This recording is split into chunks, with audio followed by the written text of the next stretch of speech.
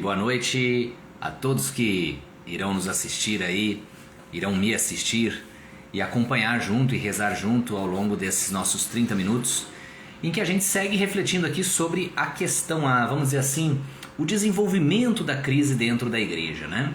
Hoje nós chegamos ao nosso penúltimo programa desse curso, lembrando que no dia 20 de novembro começaremos nosso curso, um curso muito interessante, bem mais aprofundado acerca dos exorcismos e também das possessões, também das ações demoníacas. Então, tudo isso a partir do dia 20 de novembro. Então, semana que vem a gente conclui esse nosso pequeno curso, né, um pouco mais sucinto e bastante objetivo, né?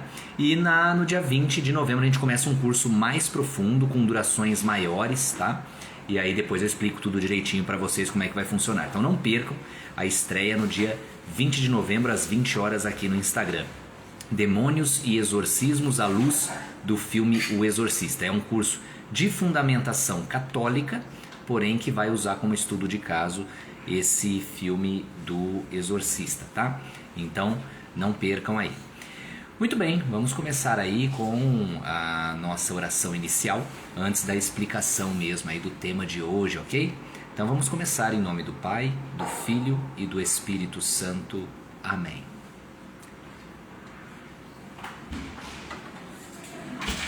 Pai nosso que estais no céu, santificado seja o vosso nome, venha a nós o vosso reino, seja feita a vossa vontade, assim na terra como no céu. O pão nosso de cada dia nos dai hoje, perdoai as nossas ofensas, assim como nós perdoamos quem nos tem ofendido. Não nos deixeis cair em tentação, mas livrai-nos do mal. Amém. Ave Maria, cheia de graça, o Senhor é convosco, bendita sois vós entre as mulheres, bendito é o fruto do vosso ventre, Jesus. Santa Maria, Mãe de Deus, rogai por nós, pecadores, agora e na hora de nossa morte. Amém.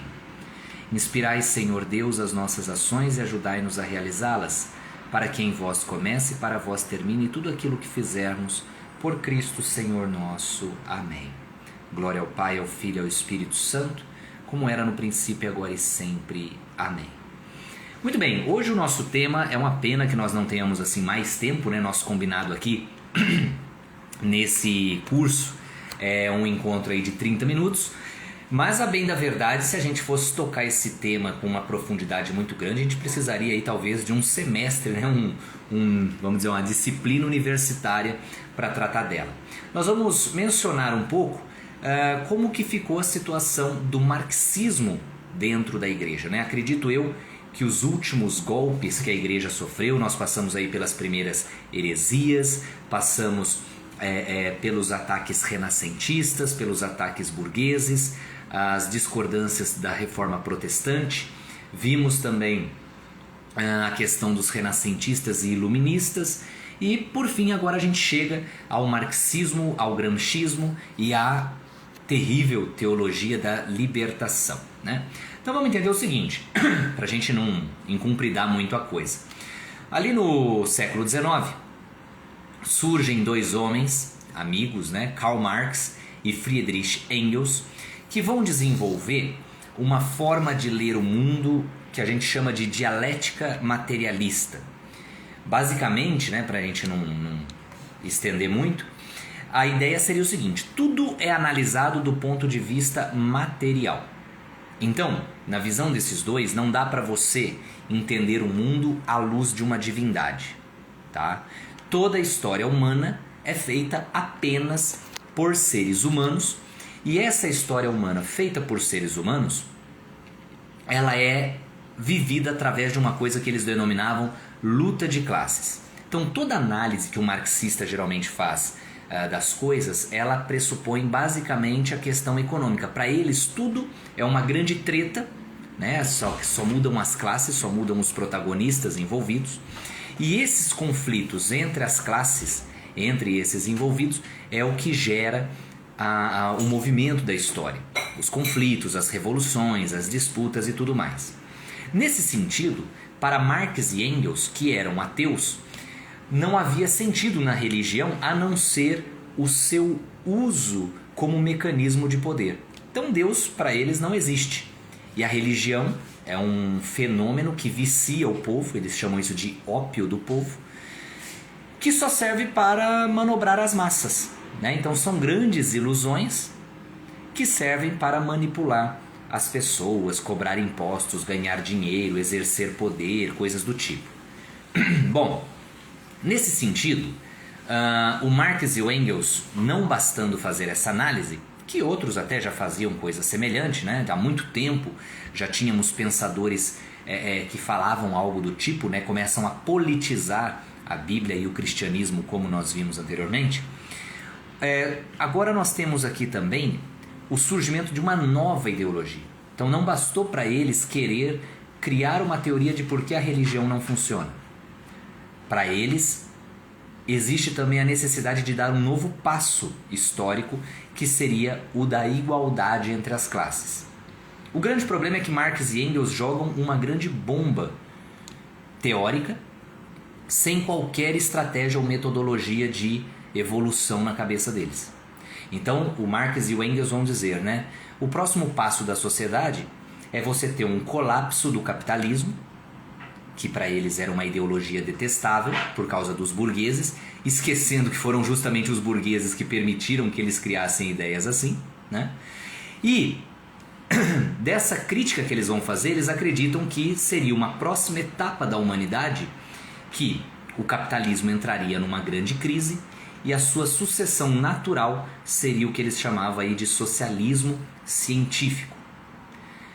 E depois isso chegaria ao comunismo, né? Que na prática, embora a gente faça algumas distinções, né? Os cientistas políticos vão ficar loucos comigo, mas na prática é tudo a mesma porcaria, né? Tudo virou a mesma coisa, o socialismo e o comunismo. Mas tem as suas diferenças teóricas. O problema é o seguinte: para o Marx e o Engels, essa situação aconteceria quando o que eles chamavam de proletariado, que é o conjunto dos operários, se revoltasse e resolvesse tomar os meios de produção. Que são os meios de produção? Na cidade, a fábrica; no campo, as fazendas produtoras. E quando esse proletariado tomasse as coisas, na cabecinha medíocre deles, essas pessoas dividiriam o poder, a economia, todo mundo ia querer viver naturalmente uma sociedade igualitária, até um ponto de nem precisar mais de lei, nem precisar de ter mais qualquer poder no comando. Você teria uma sociedade comum, daí o nome comunismo. Qual o grande problema? O primeiro país a incorporar isso verdadeiramente na sua política foi a Rússia. E todos os outros países depois seguiram no começo o modelo russo e depois descambaram para suas próprias realidades.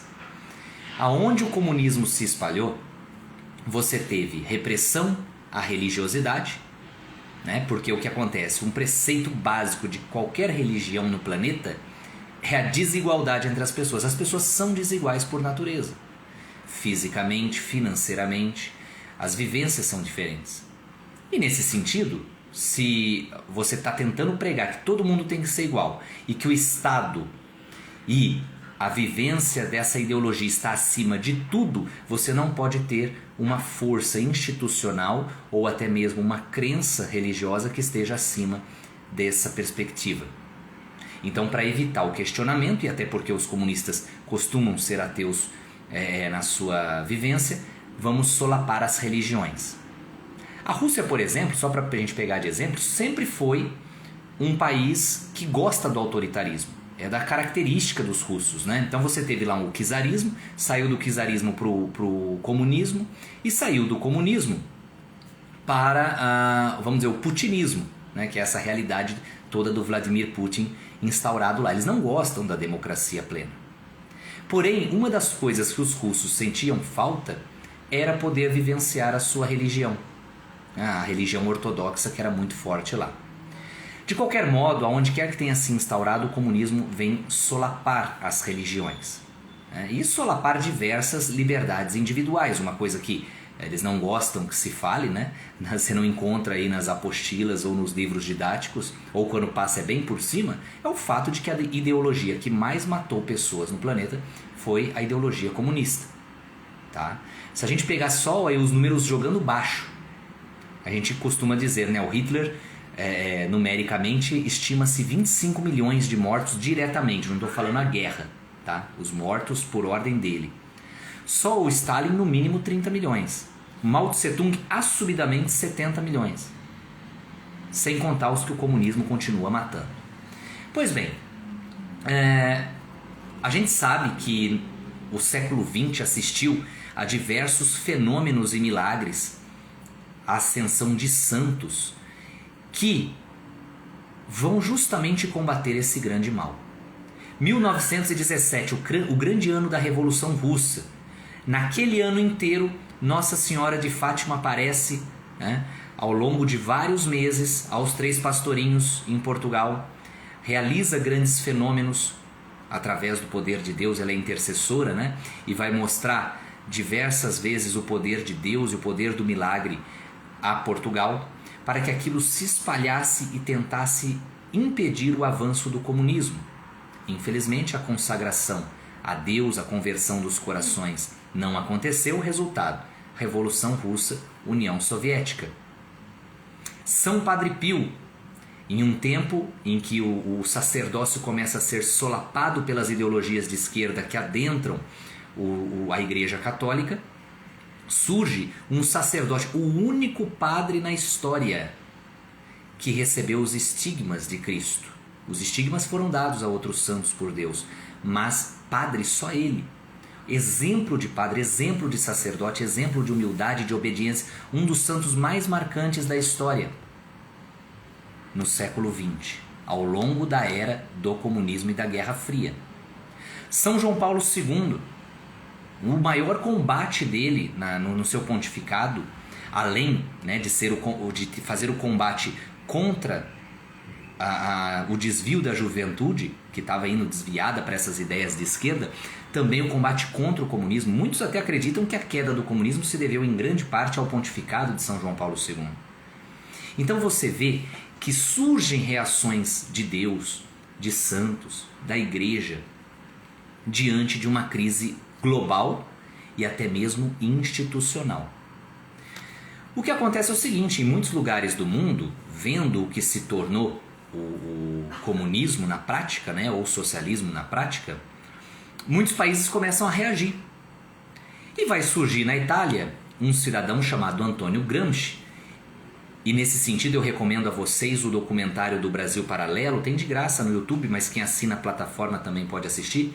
1964, o Brasil entre armas e livros. Embora o foco ali seja a questão do Brasil e do regime militar, eles dão um grande panorama do que foi a Guerra Fria, né, e essa infiltração no planeta. E eles citam muito bem, né, o Antônio Gramsci vai trazer a seguinte ideia: olha, esse negócio de arma vai afastar o povo da revolução. Porque a ideia do Marx não deu certo. Não teve evolução, entre aspas, natural nenhuma do capitalismo para o comunismo. As armas não deram certo. O povo começou a reagir e querer a liberdade, como é natural do ser humano. O que o Gramsci vai propor então?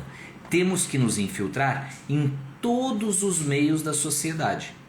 Nos infiltrar na mídia, na cultura, na educação, nas universidades. Qual foi um dos grandes erros estratégicos, né, já que os militares queriam combater tanto a esquerda, né? Chegou lá no final do regime militar, você teve uma mentalidade aí do Golbery, do Couto e Silva, que vai dizer assim: não, vamos deixar a universidade sossegada, porque para a gente dar esse ar, né, de liberdade, que a gente não é tão opressor.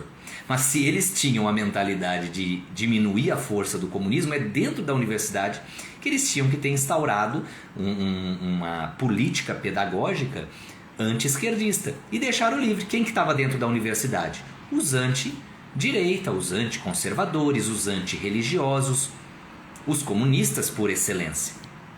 Então, essa infiltração, né, promovida aí pelos marxistas, pelos gramscistas, pelos socialistas e tudo que é de esquerda em geral, vai chegar ao ápice, a força da juventude aí mostrando essa defesa, nos anos 60, especialmente o ano de 1968, que foi muito simbólico dentro da Europa. E essa ideologia ela vai ganhar uma forma diferenciada ao se mesclar com seminaristas, padres e monges de dentro da Igreja Católica. Não todos, obviamente, mas vai criar uma linha de pensamento falsamente católico, tá? Pseudo-católico, chamado Teologia da Libertação, que não tem nada de teologia nem de libertação. Tá? Pelo contrário, deveria ser chamada a demonologia da escravidão. Por quê? Veja, o grande erro da Igreja Católica no século XX enquanto instituição foi ter flexibilizado demais. Nós estamos vendo uma reascensão do catolicismo muito bonita da Igreja, mesmo em todo esse cenário de crise, uma ascensão do catolicismo raiz, conservador, inclusive entre jovens. O que era de se esperar no meio de uma juventude tão libertina, onde tudo está tão fácil e tão baixo, que você visse descambar, né, para o catolicismo mais frouxo possível, ou que as pessoas abandonassem a igreja, como a gente viu na Europa. No Brasil está tendo uma reação contrária, é pequena, é incipiente, mas nós temos um crescimento de um catolicismo muito conservador. Meninas querendo voltar a usar o véu, o uso do latim, a defesa de uma missa mais conservadora, até a chamada missa tridentina, né, que tem uma latinização, né, com o padre usando os paramentos mais antigos, uma volta, um apelo e um amor ao estudo católico, né, aos usos da teologia mais clássica da igreja.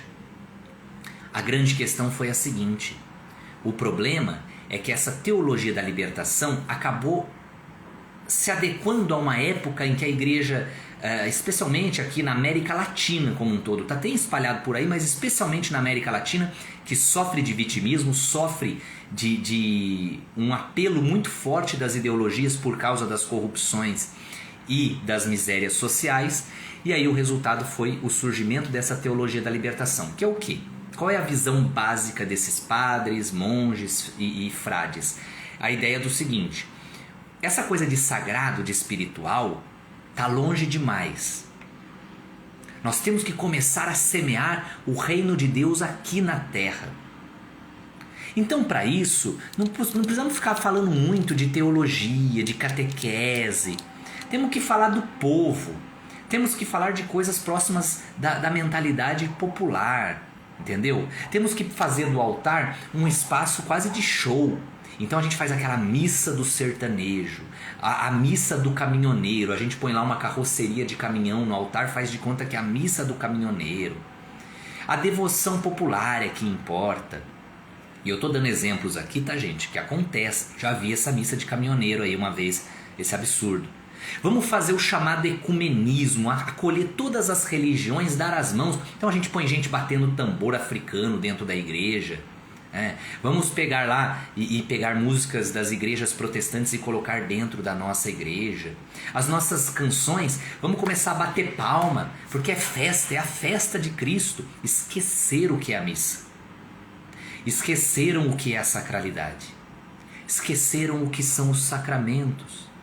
Esqueceram o que é a fé católica como um todo. Por quê? A visão materialista de Karl Marx é o que está associada a essas pessoas que vão ter esses nomes que bombaram na época do regime militar, porque o que a galera via? Não era o coitadinho do padre que estava rezando uma missa solene e bem rezadinha dentro da igreja pelas almas e pela salvação do mundo. Não. Falava-se de Leonardo Boff. Faz o filme do Frei Beto lá, né, o batismo de sangue, para contar esses pobres frades que foram perseguidos pelo regime militar.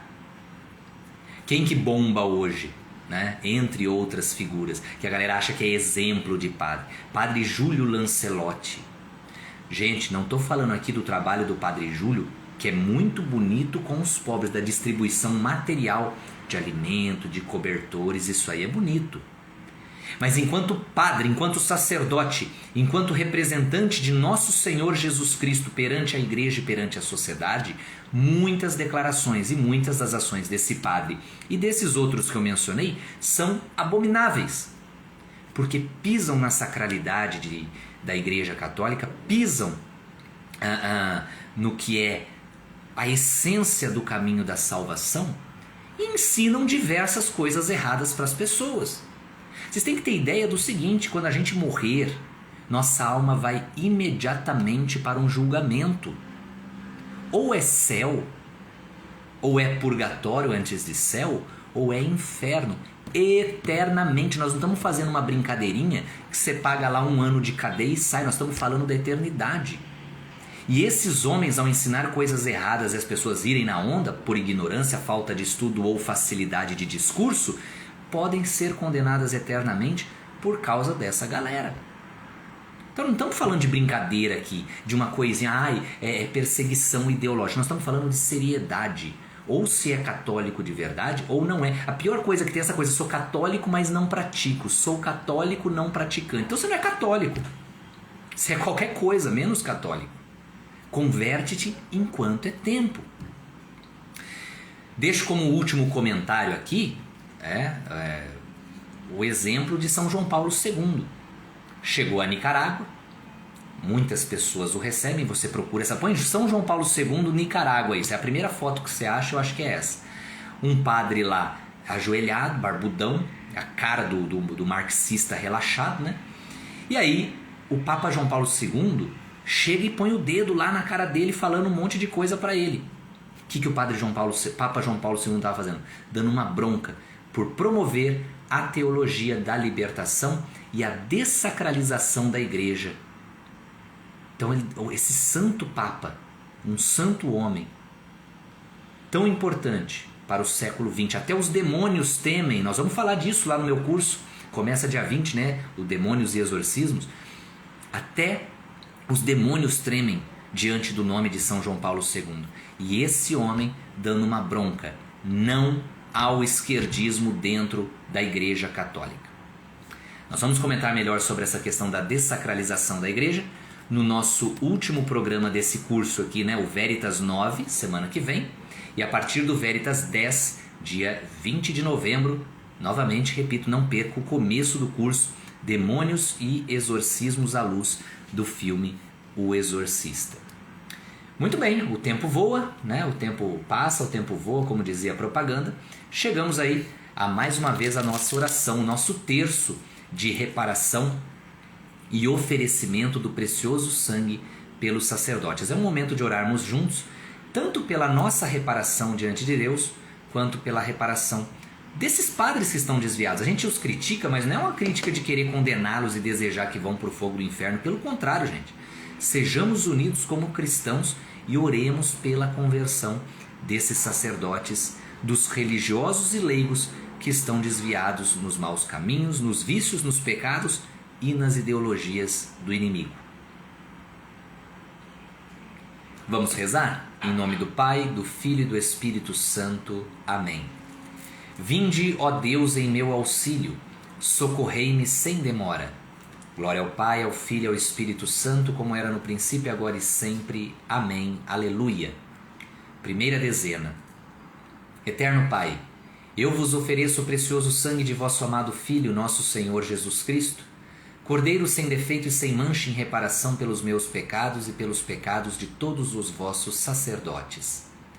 Por vosso precioso sangue, Jesus, purificai e santificai os vossos sacerdotes.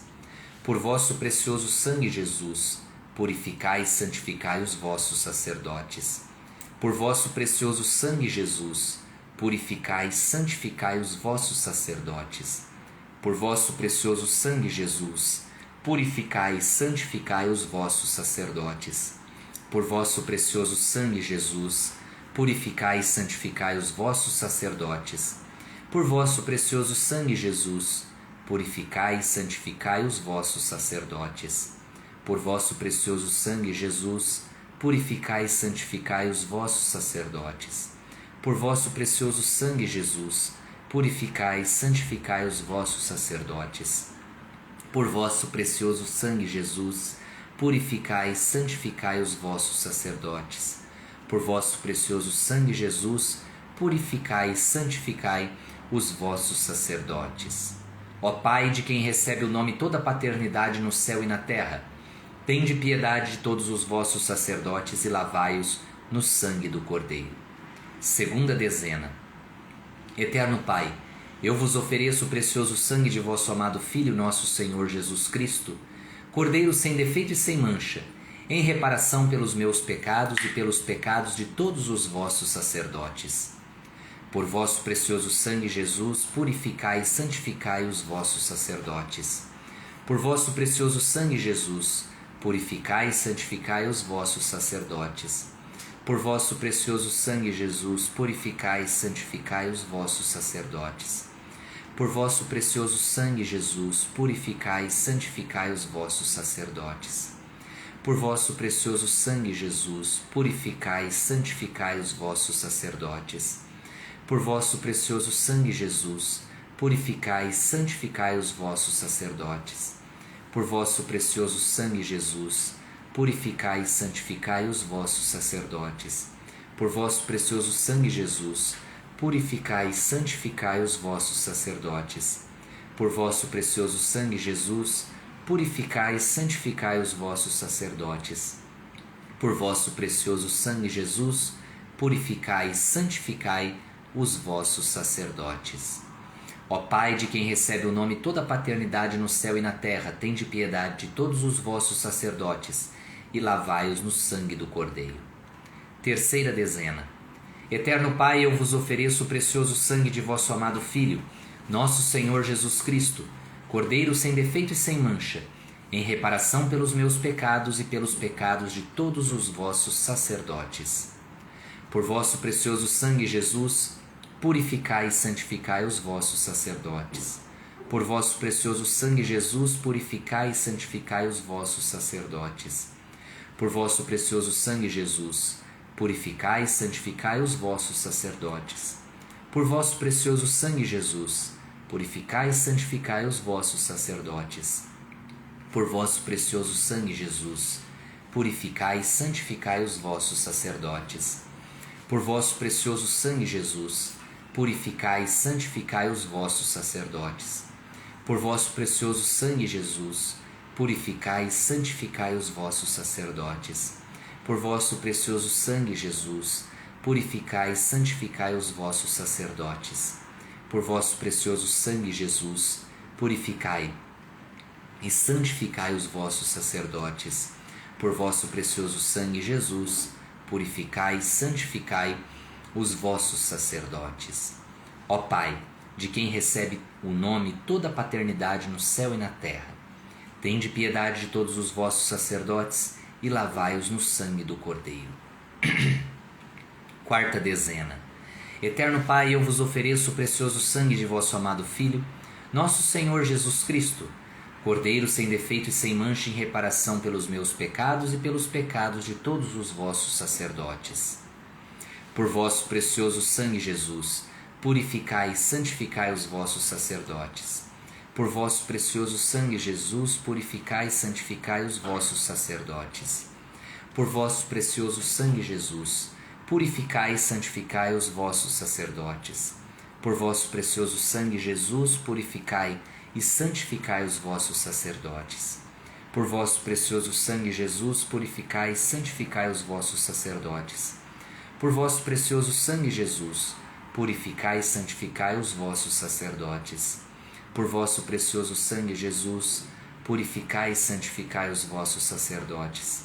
Por vosso precioso sangue, Jesus, purificai e santificai os vossos sacerdotes.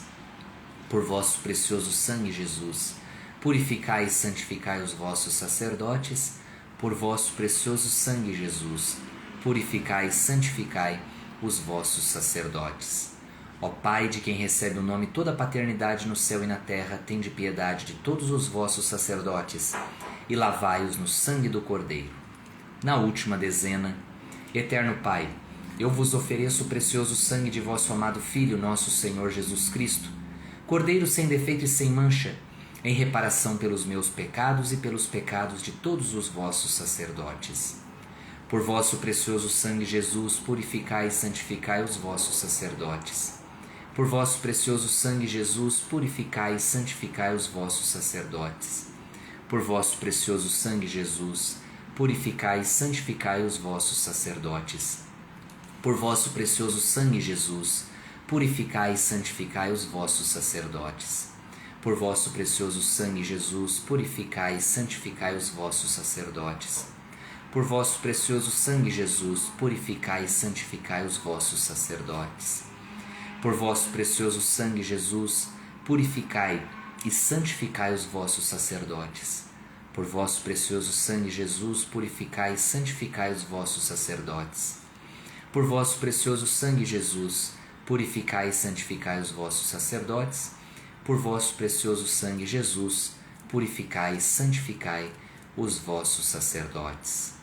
Ó Pai, de quem recebe o nome toda a paternidade no céu e na terra, tende piedade de todos os vossos sacerdotes e lavai-os no sangue do Cordeiro. O Senhor esteja conosco, Ele está no meio de nós. Abençoe-nos o Deus Todo-Poderoso, Pai, Filho e Espírito Santo. Amém. Deus abençoe sua semana e até o próximo encontro na segunda-feira que vem, dia 13, às 8 horas aqui no Instagram, onde encerraremos esse curso antes de começarmos o nosso novo e mais longo e profundo curso Exorcismo e Demônios à luz do filme O Exorcista. Deus abençoe sua semana, sua família, sua casa. Vá em paz. Salve Maria, salve a Igreja Católica, salve Cristo Rei.